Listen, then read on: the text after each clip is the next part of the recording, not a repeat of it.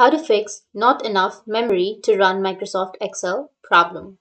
So if you're facing a problem which says not enough memory to run Microsoft Excel, then what you need to do is first you need to just right click on your task bar and go with the task manager.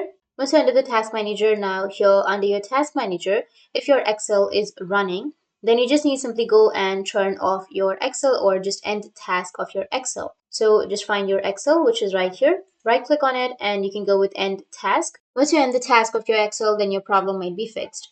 But if that doesn't fix your problem, the next thing you need to do is you just need to simply go with your file manager, and here you need to go with an Excel sheet. Just right click on it and go with show more options, go with properties, and under properties, now if you have any unblock option that is checked, then you might face some kind of problems. So make sure that your unblock option is not checked. But if that still doesn't work for you, then you just need simply open up your Excel, go with the bottom left, which has that options. Under options, you need to go with the advanced section, and here you need to scroll down and find an option which says ignore other applications that use dynamic data exchange. So check this option, and after that go with OK.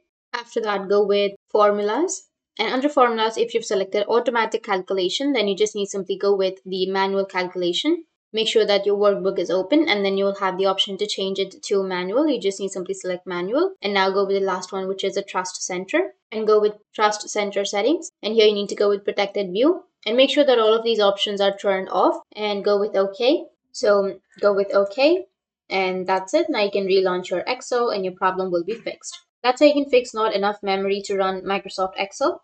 And if you have any questions, feel free to comment below. Thanks for watching.